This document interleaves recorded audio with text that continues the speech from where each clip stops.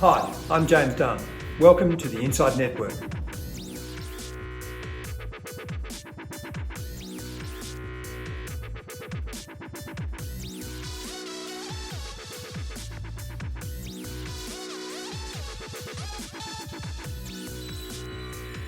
I'm with Andrew Canobi, Director Australia Fixed Income at Franklin Templeton. Welcome, Andrew.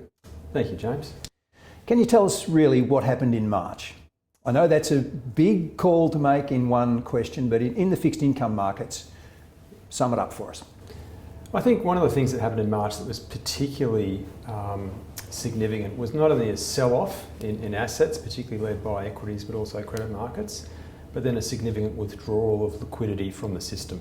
So not only prices of securities moving lower, but investors actually looking to take money out of the financial system. That was characterised by things like, in the United States, the money market industry, which is a very large part of the capital markets, a very big source of funding for corporates and financials, lost 11% of its assets in 1 week. Treasury mutual funds lost a lot of money. So that put a lot of stress on the system as well as putting downward pressure on prices. What about the buyers in the fixed income market? To what extent has the normal population of buyers and even the marginal buyer been overshadowed by governments and central banks coming into the fray? So central banks have now become very large participants in the market through quantitative easing programs, including our own Reserve Bank of Australia, the RBNZ in New Zealand as well. So that's now become part of the toolkit. And what that's going to do is effectively keep prices on government securities in particular at high levels, yields at low levels. So it kind of acts to constrain the volatility for a period of time. But to our mind, it's not a panacea for the asset class. It's not going to guarantee those returns.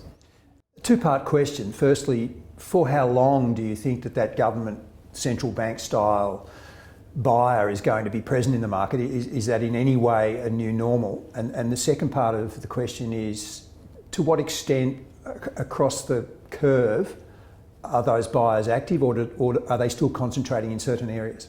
I think the central banks could be active for quite a long time. I mean, we saw QE1, QE2, QE3 in the US. Then we had a taper, if you like, and an expectation that the balance sheet in the United States would start to shrink, the Federal Reserve's balance sheet. Well, it didn't really shrink much at all, and now it's expanded at such a rate of knots that it will surpass the quantum of QE1, 2 and 3 very soon.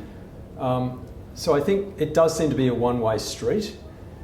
Secondly, in Australia, where the Reserve Bank has targeted the government bond yield out to 3 years at or around the cash rate of 0.25, I don't think it's a very big step to start to imagine that they may need to extend that further out the curve if they are concerned that funding costs start to rise. So they've started at the short end of the curve, but you could certainly imagine a scenario where they don't want yields to rise too quickly and they look to extend that. Around the world, various governments and regulatory authorities have tried for a long time to more retailise the fixed income market. And do you think that's working? A lot of the vehicles that have been brought out have been listed, or there's been groups that make parcel sizes smaller. Are those developments welcome, and are they working? I think it's always welcome to have more people involved in a market than less. I think the challenge with fixed income is it is complex. A lot of investors look at it and see an interest rate and think that's their return.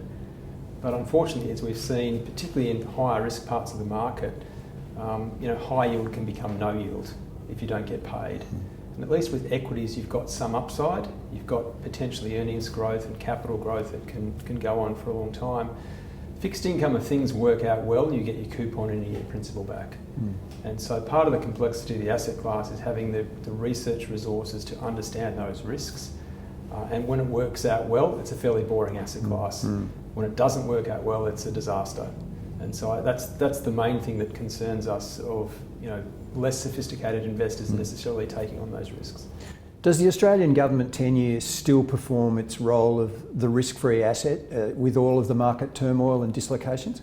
We don't think so. We think part of the issue is, as we now look out over the coming decade, with yields starting this low, with a central bank that is targeting inflation in the 2% area, 0.85%, for example, is almost guaranteeing you to lose money after inflation.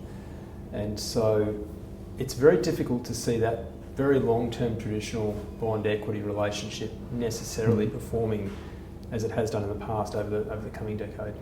Okay, Andrew, thank you very much. Thank you.